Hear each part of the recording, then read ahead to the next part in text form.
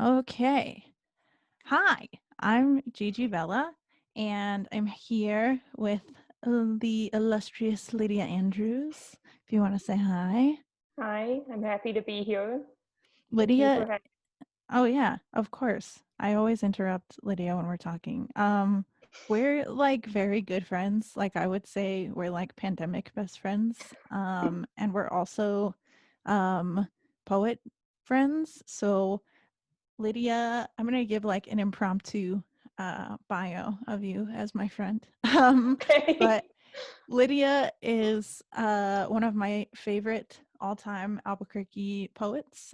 We've been in community with each other for like a cajillion years at this point, and we've seen each other read. And I coached Lydia on a team, and like we have been in a number of spaces together.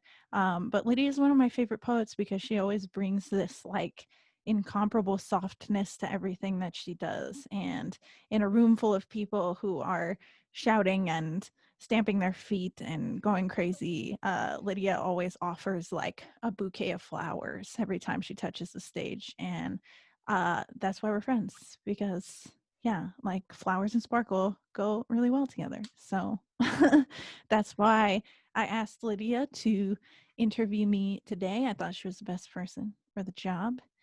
And yeah, do you want to say anything?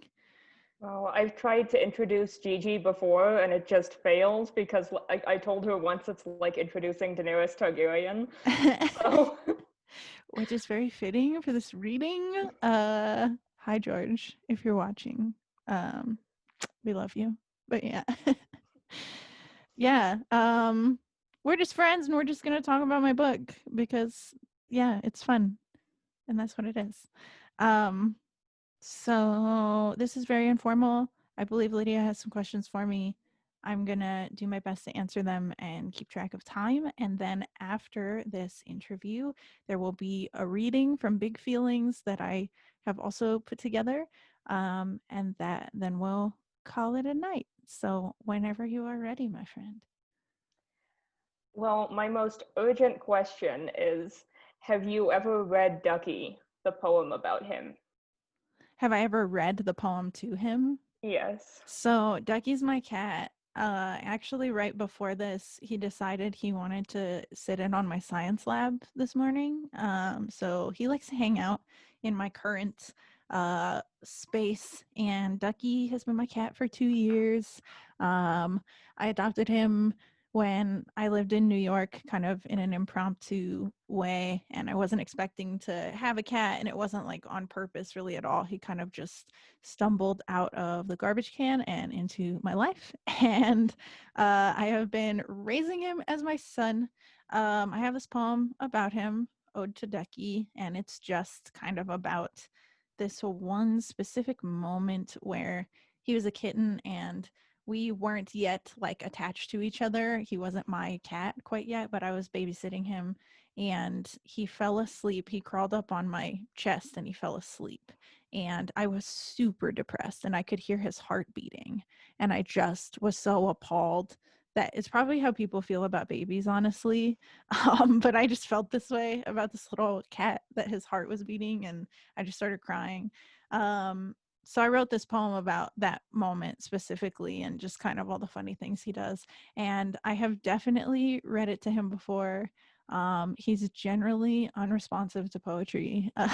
He likes it They when I tend to be sing that way. songs. Yeah, he's not, he doesn't really like give the big snaps. But I think, he appreciates it in his own way.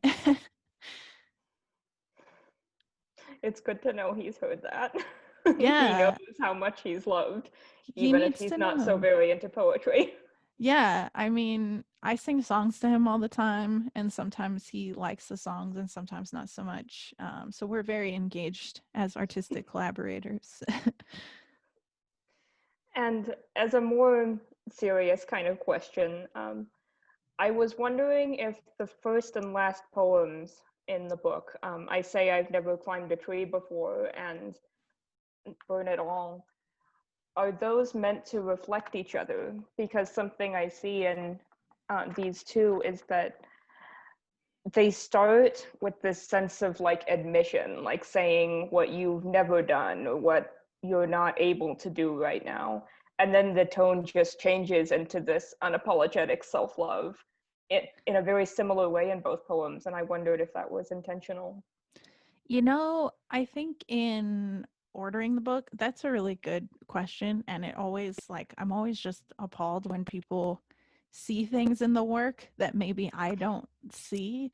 But obviously, like, I spent so much time with these poems and deciding, editing them and writing them. And then the ordering is like most of writing the book. Like that's most of putting together a poetry book, is deciding what order it's going to go in, so that decides what story you're going to tell. And for me, um yeah, I do think those two poems kind of reflect each other.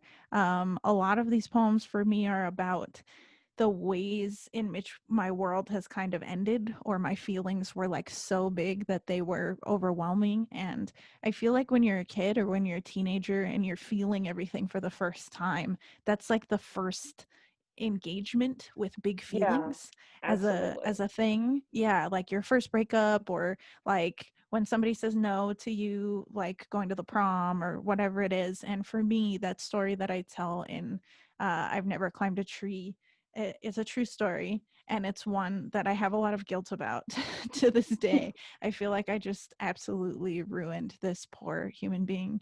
But it's really true that, like, I felt that way. I felt I described this boy that I started dating in the 7th grade, whatever you kind of like deem that. We held hands between classes and stuff. And yeah, just he was really depressed, and I had really like not engaged with that as a Mhm. feeling. I was really familiar with grief, and I was really familiar with deep sadness, but like people being depressed to the point that they would self-harm, or that somebody in their family would, or that they would be dealing with that at that age, I Mhm. didn't know quite how to grapple with it yet. And feeling like I was hurting him by not being able to help him, by not being able to save him, was a very big feeling to me at that age. And my like fleeing that weird little relationship instead of helping him, I viewed it as saving him and saving myself at the time, but it was misguided. And I think I wanted to start the book that way, to be like, I am full of mistakes. Like, I'm full of like problems, and this book is mostly about problems.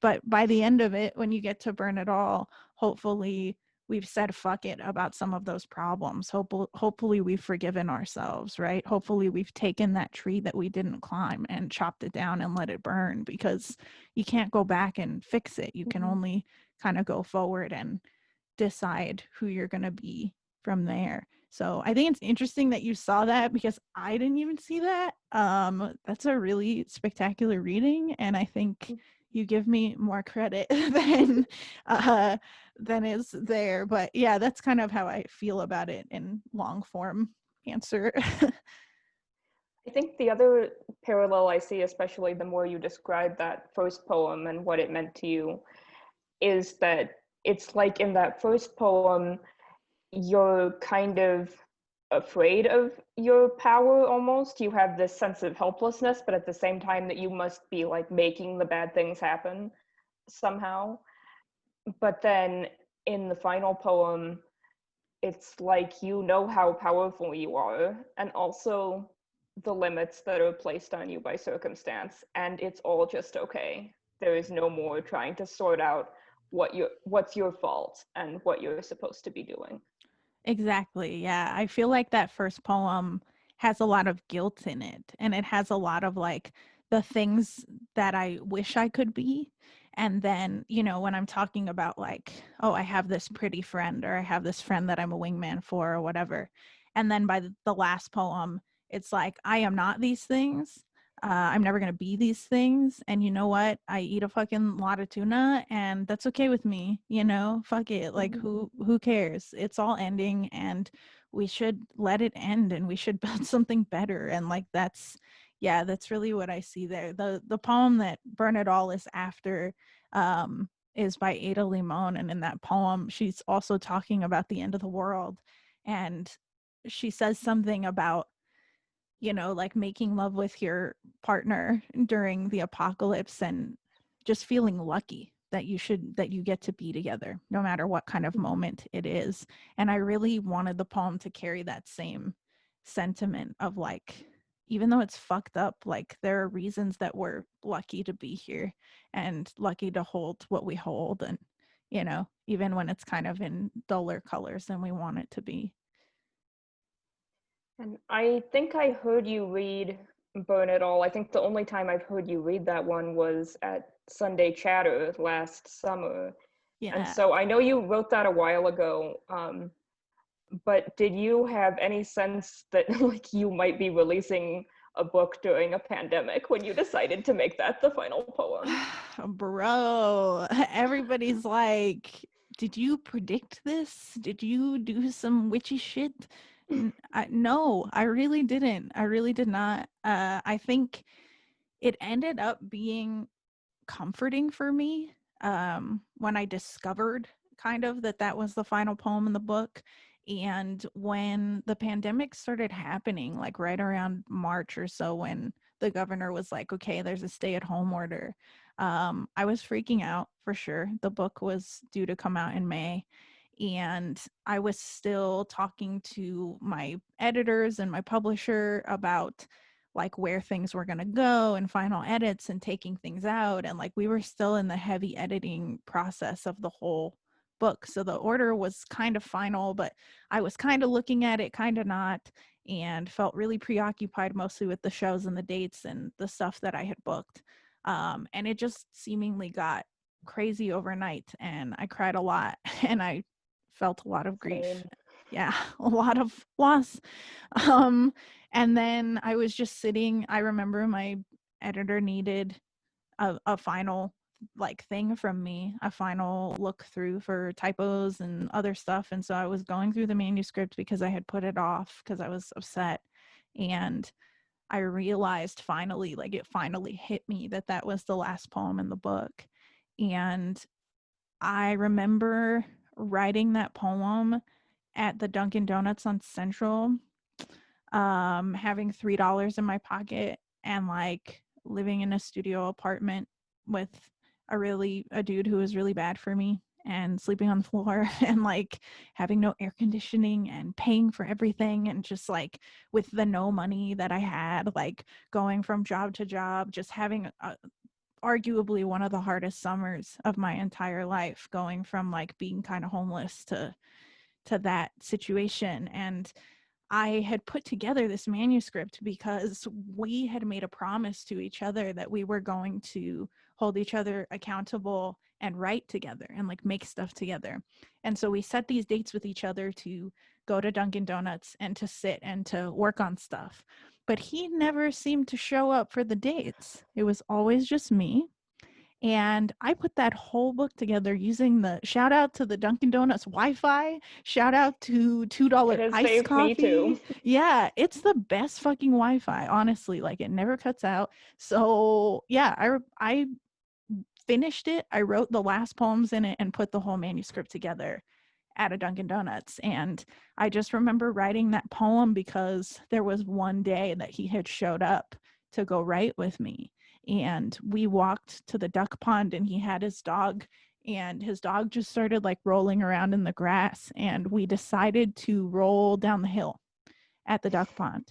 And it was itchy and it was weird, and it was like a thing that we normally never do, but it was kind of weirdly like romantic and happy, and everything was falling apart around us. We didn't know if we were going to get evicted. I didn't know if I was even going to stay with this dude or not, but I knew that this was a lucky kind of moment, that this was like a moment that Ada Limon was talking about in that poem. And whether it all stayed perfect or not, whether the world kept ending around us or not, we were just kind of watching it.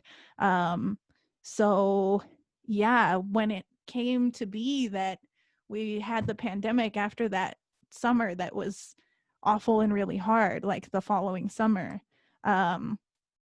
I realized that it was the perfect time for this book to come out, because I had already gone through the thing that everybody is going through right now.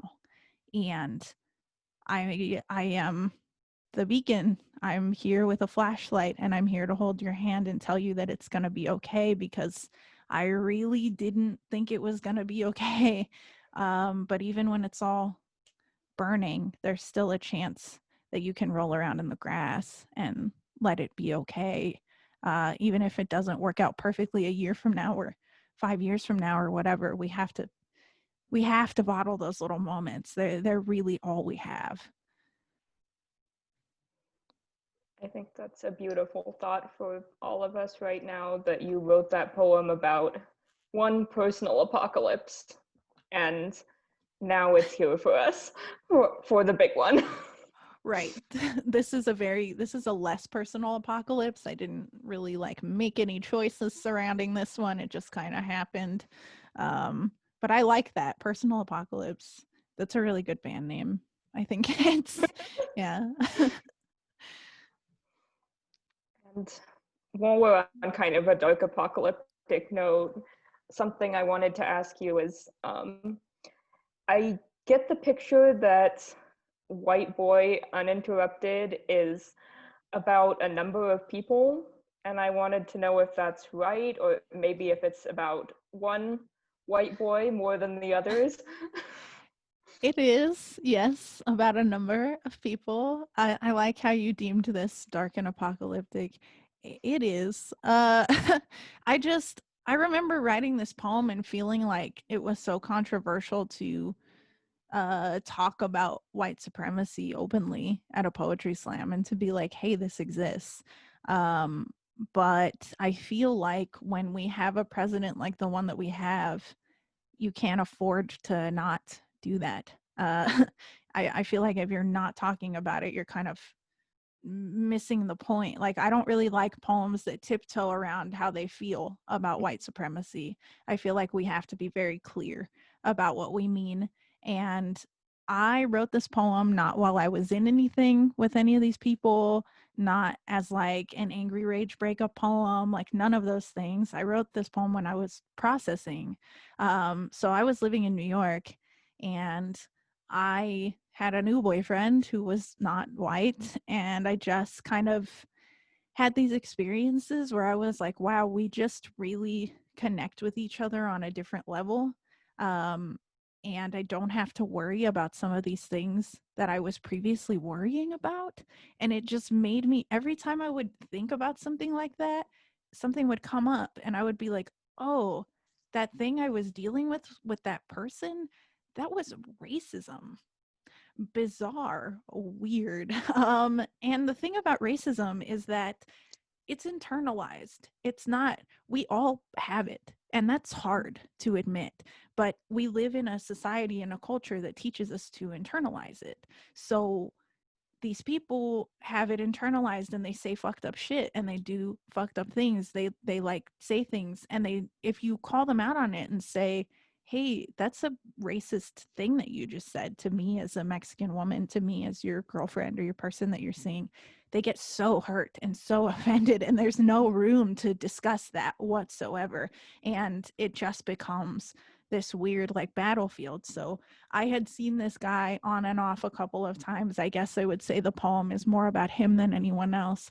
But we met on Tinder, and, we kind of had a thing that was very on and off.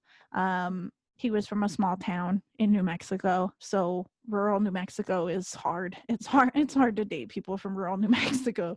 No offense to you if you're out there and you're doing all the good stuff. Kudos. There are not many like you.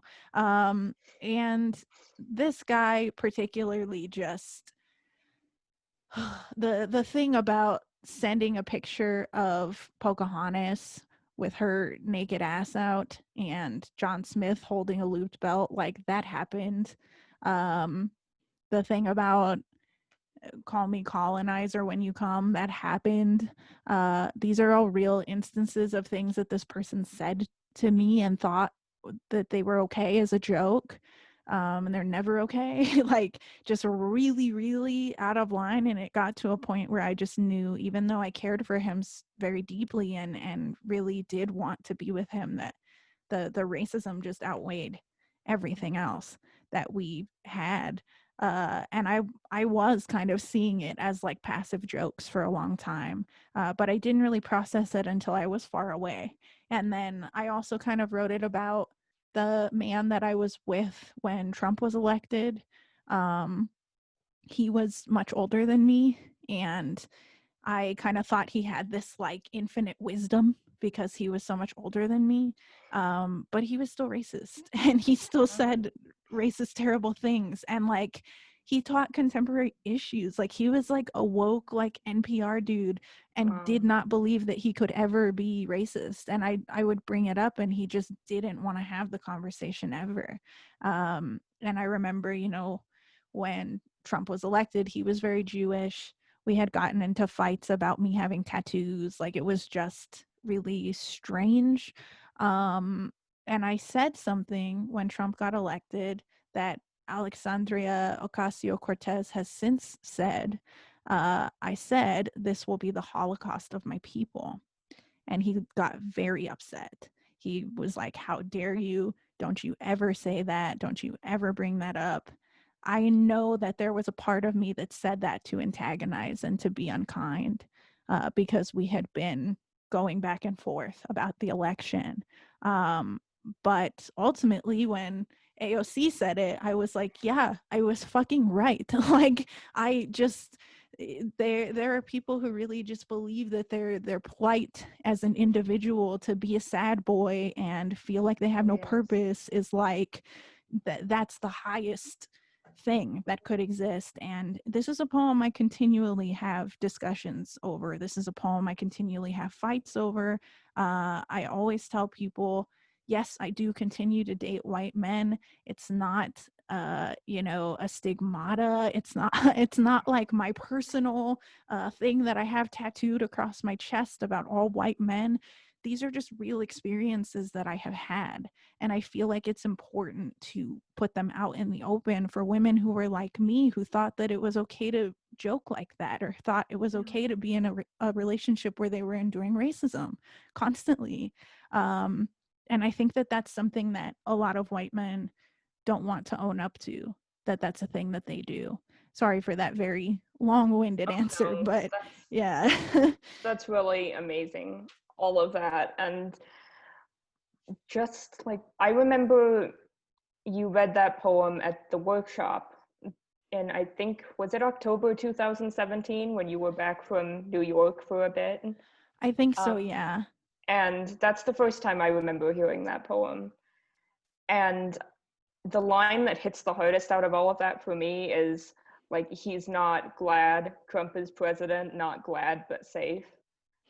And at the time, I was still with someone who, after the election, had said, we'll be okay, we're white. And I, Yikes. and obviously, because I'm a white woman, my relationships with white men have been safer. At even whatever abuse there's been that barrier of like, I'm still valued on a different level because I carry that privilege. But what I'm trying to say here is that there's, I needed that message too, that that wasn't okay. And I left that person very, like, a month after that workshop. And yeah, so whatever fear you had about putting that into the world, I'm so happy that you worked past that and that that poem exists. Okay, so I'm not supposed to cry. But yeah, it's still hard. And it's still a poem that I have to fight for continually. And I've been in poetry slams before in New York City where people were like, nope, we're going to give that a 4. And then they try to Wow. find me on the street afterwards to have a chat with me about that. And they want to talk to me all the way to the train. And it is scary, you know? I recognize that I'm doing work, but for me and for others like me, it is work that is important. And I do kind of think that if I'm going to continue to date white men, they have to know where I stand. They have to know what's up with me right from the get. And even if they don't agree with it, they have to understand that they need to be constantly working on themselves and constantly unpacking if they're going to be somebody who's going to be with me. Because it is really complicated, you know. And Natalie Diaz just came out with a book called Post-Colonial Love Poem, which I also highly recommend. The first poem in that book is about dating white men, and specifically how difficult it is from both sides, how it's difficult to date white men and have that feel like, you know, I've had friends be like, oh, how can you date a colonizer, or how can you actively betray your race like that? And it's just like, it's so complicated and multifaceted. And I think that especially trying to date and find a partner in this era as a Mexican woman is like, it is something we should talk about, you know, because we're not going to continue to just ignore like the children in cages around us. We're not going to continue to ignore everything that AOC is saying, or the way that our people are being treated, whether you're white or Mexican or not. Like we're going to talk about it eventually. And we have to know that at some points we're going to be on the same page where it's important and where it matters in terms of our humanity. But yeah, I also have a poem in the book called Brenda, which is silly. And it's a persona poem in which I pretend to be this white woman, Brenda, who's very into gentrifying for the sake of Starbucks and calling herself a Kardashian god and things like that. I was in a relationship with another white man who used to compare me to a white woman pretty frequently, and would use her name and would talk about specific things about her. So again, this is just the manifestation of that trauma. That's just me writing it down and saying, somebody literally sat and looked me in the face and said, wow, you would be so much greater if you were white. And I think that this book holds a lot of those feelings that, like, on its face, these poems have a lot of jokes in them and they're about relationships and it seems like kitschy and fun. But for me, this is a book about being a Mexican woman and about trauma. And this is a book about the things that we go through, like on a very personal level with our hearts when we're most vulnerable, that people don't see and don't talk about, and the hurts that are personal that we have to endure, our own personal apocalypses. Like, that's really what it is. How is your whole world turned upside down when somebody says, yeah, if you were white, if you bleached all your hair, if you got skinnier, if you drank kale smoothies, then you would be a person I could love? Like, what kind of fucked is that, you know? And how many people deal with that and feel that constantly? And I've had people be like, yo, do you ever wish you were white? No, motherfucker, I don't. I love who I am. I'm so proud to be this. But you know, like, it took a long time and there's a lot of fighting to be this, you know, even with people who claim to love you. Like, that's really what the book is about, is the fighting to be this constantly, and to have big feelings for every part of this. So yeah, I know we said I know we're getting close to the end of time. yeah, but I think I can take a couple more questions. Okay. It's kind of related to the last one, but you have many poems. Like, so much of this book is discussing people who no longer have a place in the life you're building, who wouldn't be allowed in that sacred space. And I know when I write poetry about people who have hurt me, it's hard for me to decide if I would include it in a collection, if that could ever be a thing, because it's like it's giving that person some platform. But the way you do it, it empowers your own voice at the same time that it acknowledges how you were heard.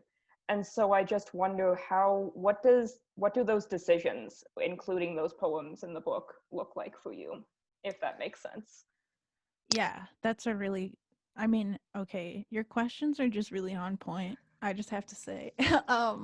Yeah, so It is tricky. I'm not gonna lie. And when I was writing this book, I didn't really know I was writing it. I had submitted to Game Over Books like a couple of times before this, not really knowing at all what I was doing, and just kind of feeling like I was in New York and there was a standard of stuff that everybody was doing, and like I should be submitting more, like just to do it. And even if they said no, I should just try for the sake of feedback. And Josh over at Game Over Books was just really persistent with me that they wanted to get work from me. And I'm super grateful for that. Josh is one of my greatest, dearest friends, and has really just, believed in my work and pushed my work all the way through to the end point.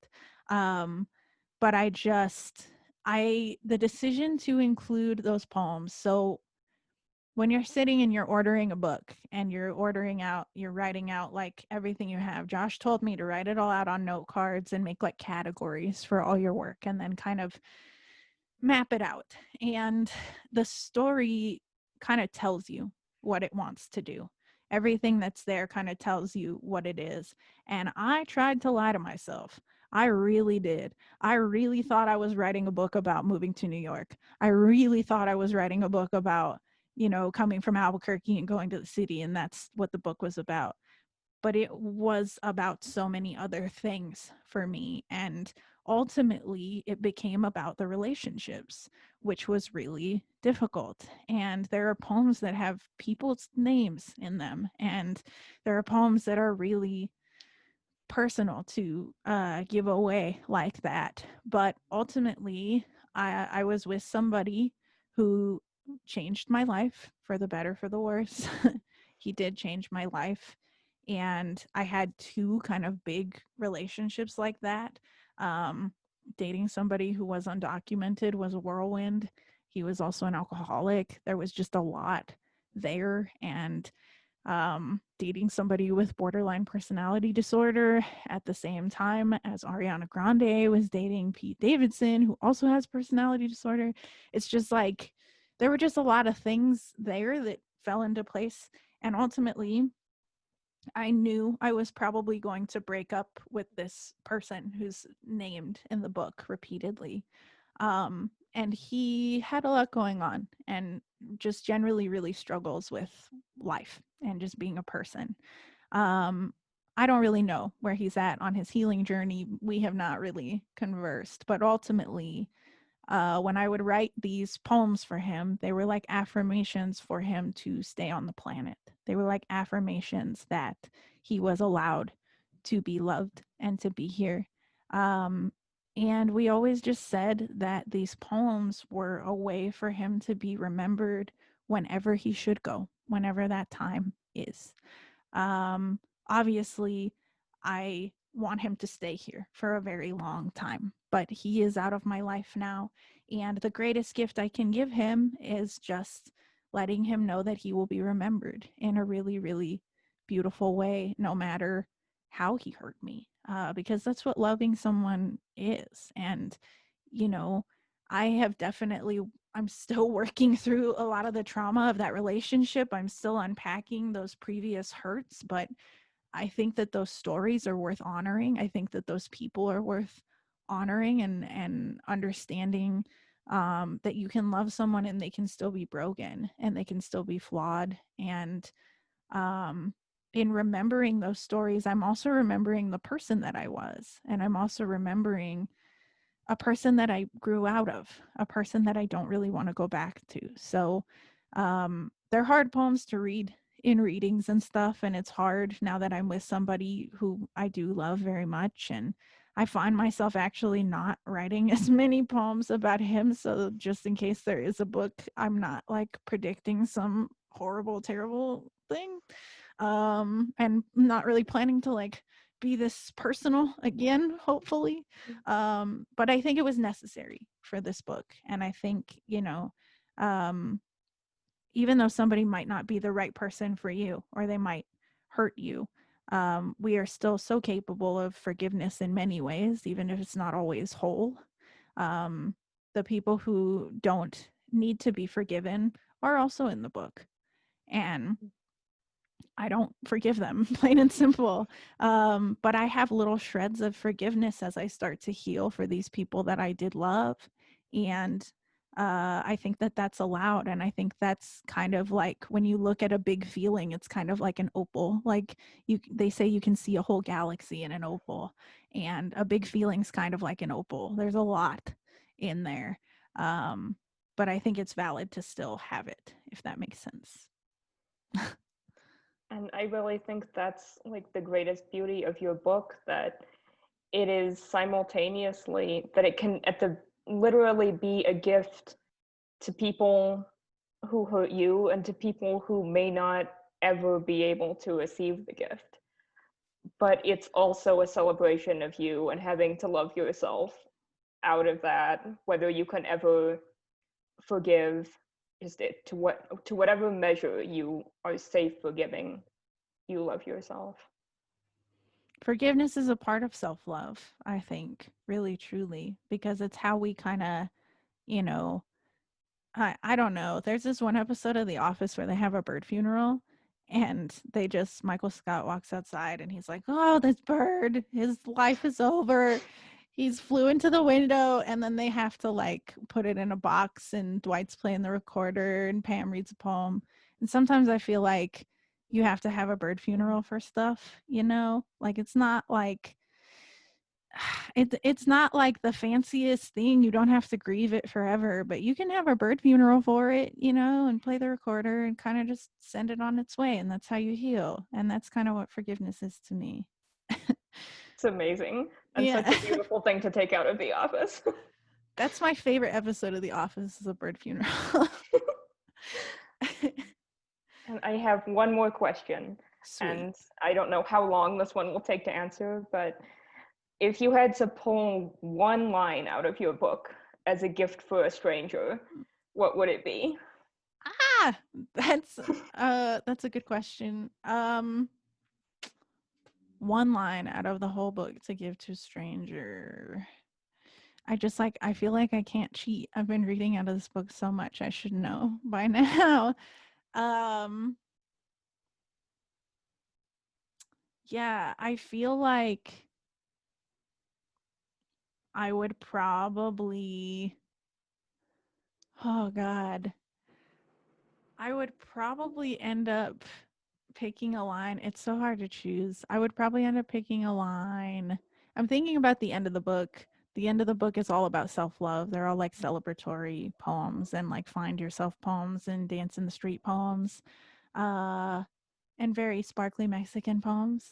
So yeah, I think the line that I'm thinking of is from Taurus season. It's the end of Taurus season. And it says, I have to keep blooming. I want to keep planting more and more of this. And for me, like my birth month, I just kind of embraced the whole like Taurus season thing and like being a little bull who wears flower crowns. And that poem for me is really like special. And it reminds me of like light up shoes. Like it's just silly. And it was silly to me that they would publish a poem where I said things like, wearing jeans that suck your butt into shape. And like it's like that moment where Bradley Cooper looks at Lady Gaga at the Oscars and like maybe everything else in the world is fucked up but this moment isn't. Like it's just so over dramatic and like unapologetically who I am. And I would offer that line about blooming and planting, which is kind of loosely based on Lauren Zuniga's benediction for the hustlers and the gardeners. If one of us stops planting, none of us can be bloombox. That is my mantra. And in the hopes that they would go and keep planting and that they would hope to create their own fruitful gummy bears at the movies, light up shoes kind of season for themselves. That poem was really just me writing down all my joy, and so I would want to gift joy. Thank you. Yeah. And when I read this book, like soon after heading into quarantine, when it was all springtime, but not really feeling like springtime to me, that made everything feel okay. So thank you. Thank you, dude. This is the best. Give it up for Lydia Andrews virtually in your house because these questions were amazing. And I'm just really grateful that I live a life where I get to talk to my friend for a really cool bookstore. So thank you to Beastly Books. Thank you, Melanie, Yep. specifically for bearing with me and all my mess. And yeah, thank you to George R. R. Martin for supporting local authors. You can get your signed copies. The link is live on the Beastly Books website, and we'll be posting it a ton. So I went down there and signed them myself with my little gloves on. They're germ free. Pick one up today.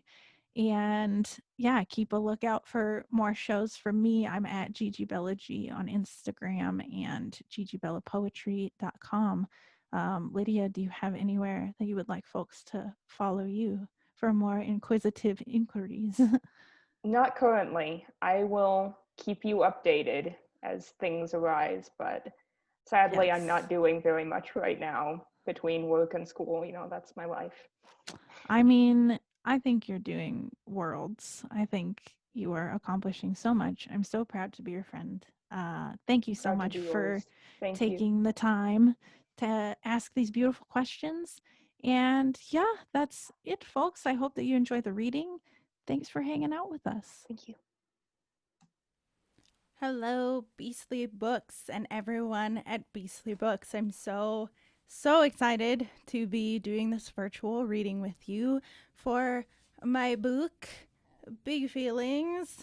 Here she is, close up look, extra exclusive. This is Big Feelings. This is a book of poems that I wrote.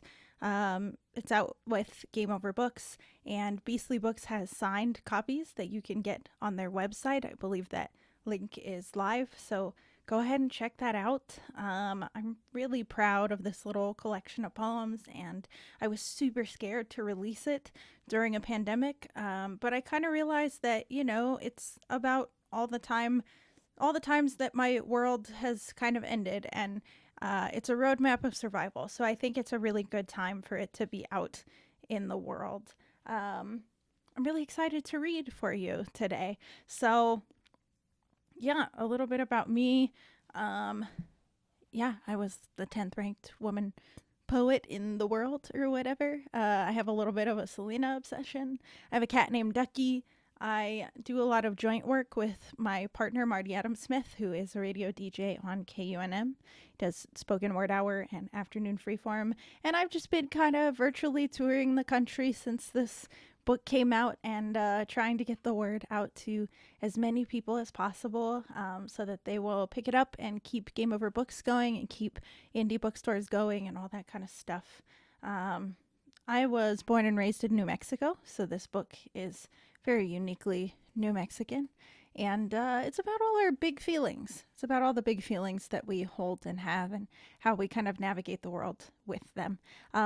So the first poem I'm going to start with is actually the first poem in the book, and it's called I Say I Have Never Climbed a Tree Before. I say I have never climbed a tree before, and I haven't.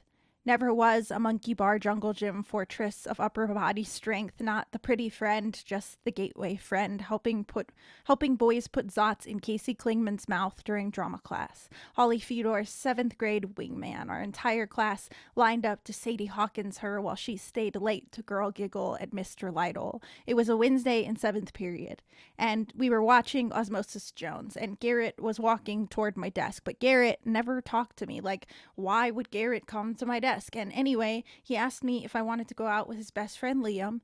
I said yes, because he was tall, and we laughed in biology once over dead cats, and I liked that. And Liam kissed me by the portables once, and I never forgot it, because every kiss before it was bad. And I was like 14, and we held hands on the way to gym class. He told me his brother was sick. like the sad kind of sick. Like his mom was sleepless and wailing. He came back from the weekend on crutches, broken leg, straight line for a mouth, and the bruja in me felt like all my bad, ugly, haunted was making bad things happen to him. Original ghost. I stopped talking to him at passing period. Walked further ahead. He was on crutches, so I knew he wouldn't catch me. I tried to ignore the Christmas present he left in my locker, a small leather purse filled with what I can only assume was the rest of his allowance. When the cast finally came off, he caught up. I just told him that I didn't want to be his girlfriend anymore, and that wasn't the truth. I just thought he would think I was stupid for trying to save him from every bad, stupid thing, and I have never climbed a tree. The only way to get back down is to fall, break a bone, and I feel like nobody saves the sidekick. Queen of not cool, too soft for her own good. I feel like falling is all I know. Like trying to save everyone is a serious mission I was never assigned. Like if I never climb, maybe I'll save myself instead. So that's, I've never climbed a tree before. True story. My eyelash is doing some funky things, so I'm just fixing it. I think that being in the digital world makes us all a little more fixated on our faces and adjusting for Zoom and all that kind of stuff. And I just dyed my hair blue today, so we're trying that out as well. Yeah, so that's I've never climbed a tree before. The next poem I'm gonna do, it's actually in the book. It's my written handwriting, which I thought was really cool and exciting. We tried a lot of new cool formatting things with this book, and we really just wanted this poem particularly to feel really personal. This poem was featured on Button Poetry. It has over 20,000 views. You can pop over there if you want to give it a couple more, and I'm really proud of it, especially at this point in time in our country as a Latina, fighting for justice for my people and especially undocumented people right now. So this poem is called First Draft of My Wedding Vows.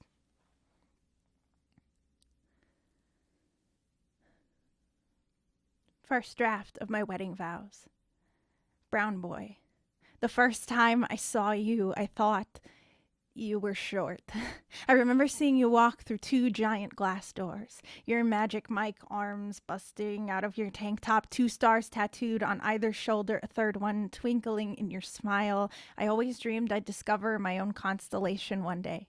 Never knew one person could suddenly become the entire sky, how all of the fuckboys are eclipsed by a breakfast in the morning kind of love, by kisses on the forehead and midnight true crime marathons, or the way you hold me in your sleep like letting go is not an option.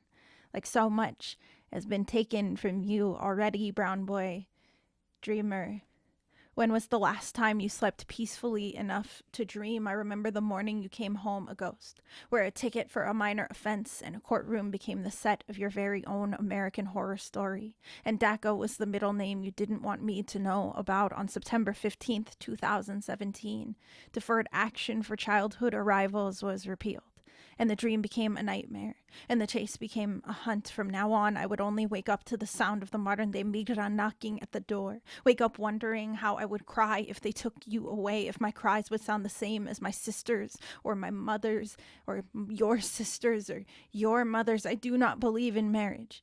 Do not believe in giving my heart to a government that only wants to cut it in half and call me commodity. But today, I am merely a woman who loves you more than all of the rainbows, merely a universe that could not exist if its entire sky disappeared. Call me protector, call me warrior, call me your wife. I vow to be the answer to every last one of their uncomfortable questions. I vow to shove this nation's matrimony law back up its racist ass. You didn't want us here. Well, that's too bad, because we're here to stay. And Trump ain't invited to our brown as fuck fiesta of the century. When he said taco trucks on every corner, he was talking about our wedding day, talking about all of the bachata and two-step, the way we hold each other too close when we dance like only our people know how. Our people paint death on their faces to prove they are unafraid to look it in the eye. They cry gritos in the wind for the familia lost to the border, to ICE, to the monsters with guns and privilege and serious white faces. But tonight, we celebrate because they have never gotten rid of us before. And Savaske, the sure as hell won't start now. I vow to hold you close through the heavy knocks at the door. I vow to keep singing. I vow to keep fighting for better or for worse, in sickness and in health. Te amaré para siempre. It's first draft of my wedding vows. Like I said, you can check that out on Button Poetry, which is kind of a big poetry YouTube channel. And I was really honored to perform that video at competition and that they put it on their channel. It's really exciting. So, of course, this book deals with big feelings, and I am in my 20s, and I've had my fair share of experiences with the romantical, fantastical, whatever.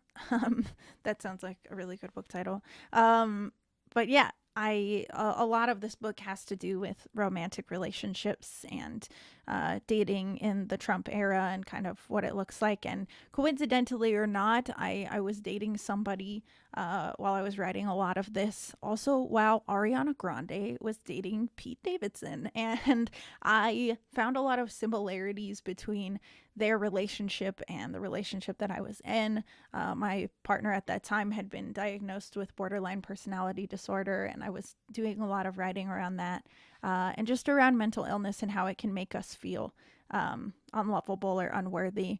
So this is kind of a poem about that, and it's about Ariana Grande and Pete Davidson. It's called Ariana and Pete. And actually, I'm gonna take a swig from the mermaid cup because I'm thirsty.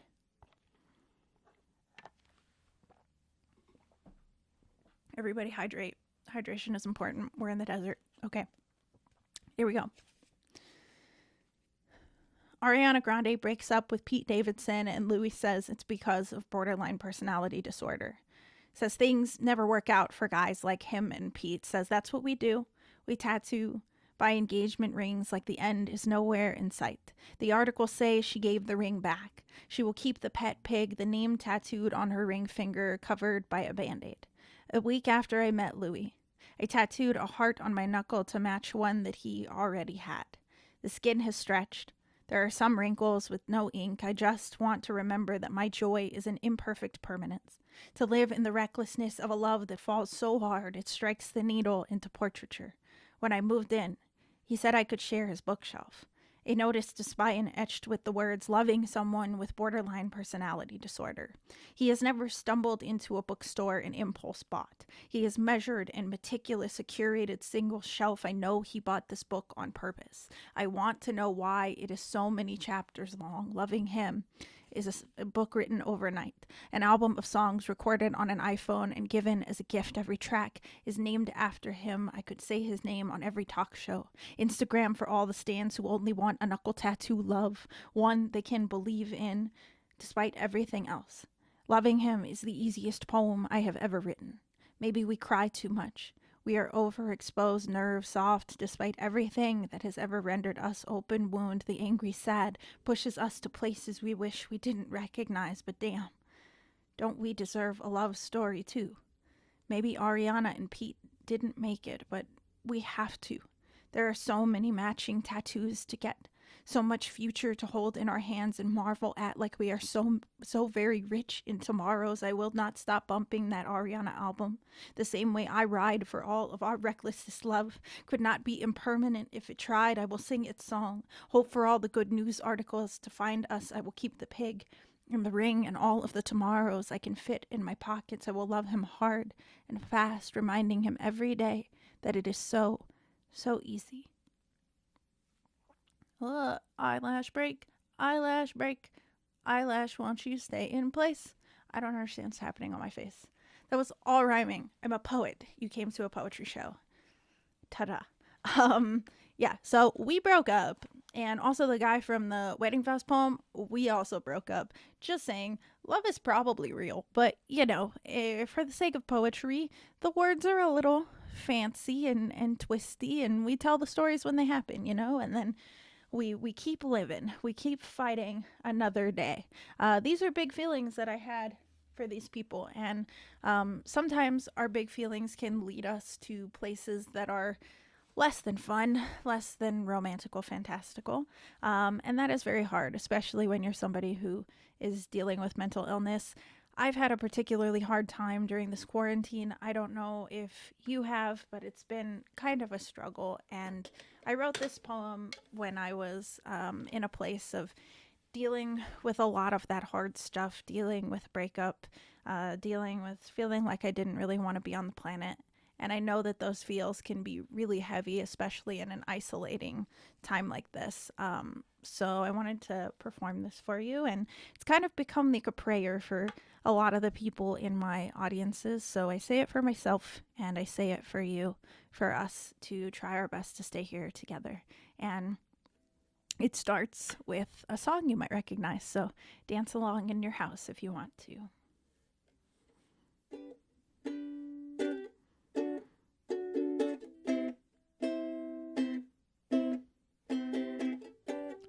Somebody says you got a new friend.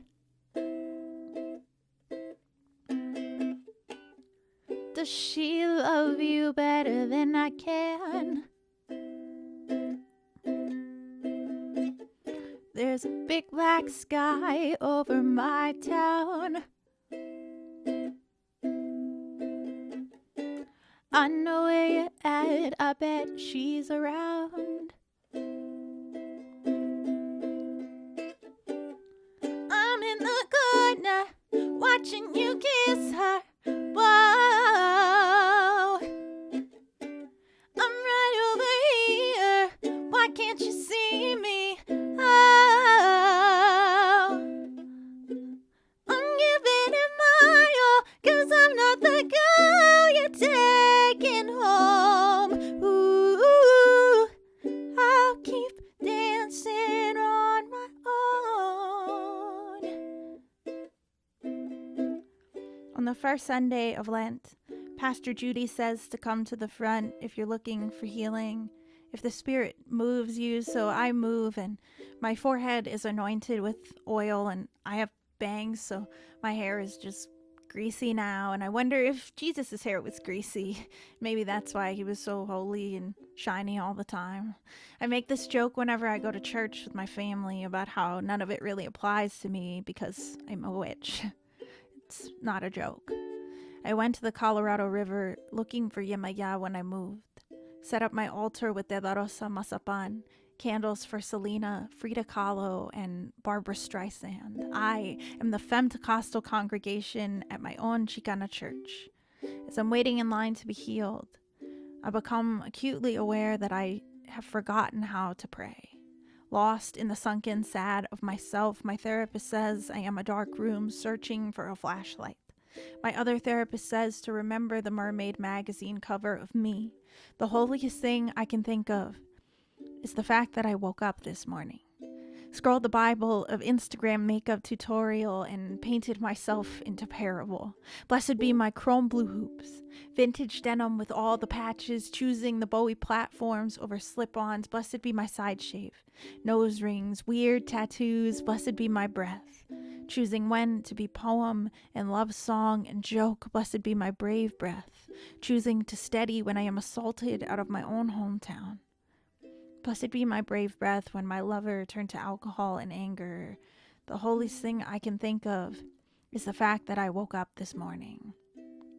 Blessed be my brave breath when I am forsaken but get back up anyway.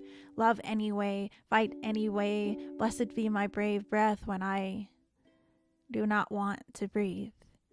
Collapsed on the floor in ideation, unlovable sin. The holiest thing I can think of is the fact that I am still alive, sparkling and spicy as ever, flexing on the past like a sorry bad boyfriend. Blessed be my brave breath when I get up behind the mic, when I am bullied but try again anyway, when I suture my scars into more than enough. Blessed be a prayer that says you did not break me, you will not break me, I am so fucking alive. Blessed be a prayer that says I will wake up tomorrow, I got shit to do, I'm not done here. Blessed be my small cat. Blessed be my fear, blessed be my ache, blessed be the glow up that follows, the nights I nickname myself moon, the hundreds of people in the audience listening. The holiest thing I can think of is the fact that I am still alive, and that is so much more than enough. Amen. Amen. Amen. Thank you so much. That's Lent, the first Sunday of Lent. My little prayer for all of us. And I have 2 more little poems for you. They're just a couple of quarantine type poems. Ultimately, so Big Feelings ends with a poem about the apocalypse, which was not on purpose. Wasn't like, called it. That wasn't my intention. It was just about surviving what feels like the end of the world, when everything feels like the end of the world to you. And the last section of the book for me is about how to have big feelings for yourself, and how we find sanctuary in that, and how the biggest feelings have to be for us in order for us to keep pushing.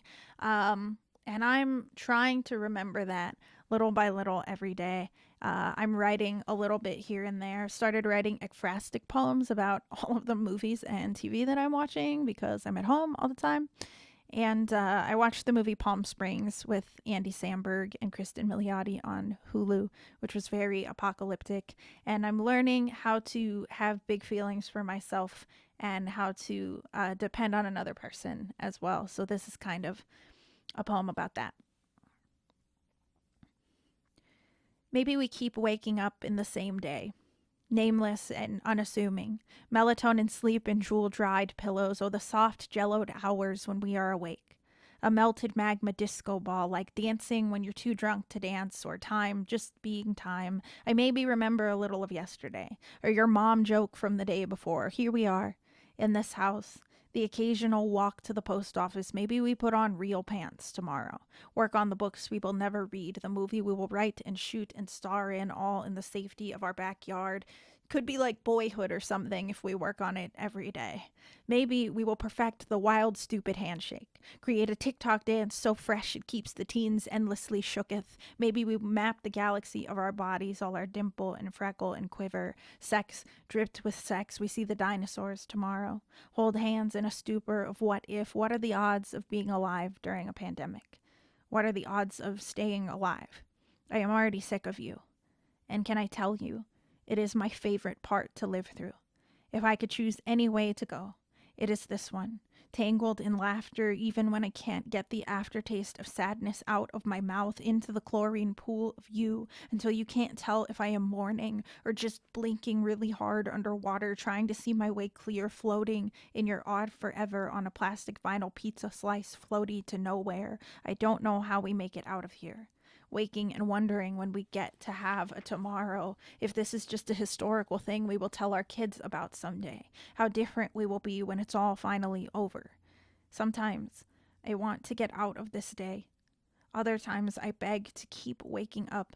These days, I only stay up at night to chill with my deep longing. All I know is I want to see you tomorrow, whatever that looks like. That is my Palm Springs poem. And this is the last poem from my little book here, Big Feelings. You can pick it up from Beastly Books. They have signed copies. We had the interview with Lydia Andrews and Marty Adams Smith. Thank you so much for joining me for that. And thank you again, Beastly Books, for having me. It's such a super honor. I tried to do like Chola Kalisi today. Hopefully we can do an in-person event when things are more normal, and hopefully things do get more normal. But till then, here's a little poem about the apocalypse. Thank you so much for joining me. I'm GiGi Bella. You can find me on Instagram at GiGiBellaG, and my website is gigibellapoetry.com.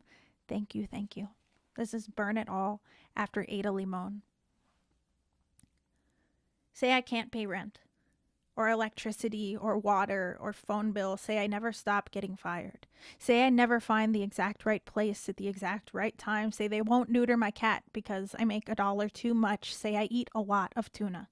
Say I've been burned out for the last 4 years. How can I still be burning? Say they turned my high school home into a very important gas station.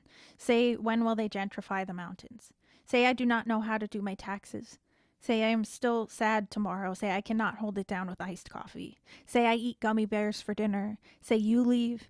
Say I leave to see if it'll make me feel less alone. Say all I do is leave. Or at least that's what it feels like. Say I do not know how to person. Say alone is not on my resume. Say I always get fired from it too. Collect unemployment. Say I don't make it after all. Say I am not all the things I thought I'd be. Say somehow it'll all be okay. Say fuck it. Say we roll around in the grass, stare down everything that will kill us. Say we post it on Instagram and make out.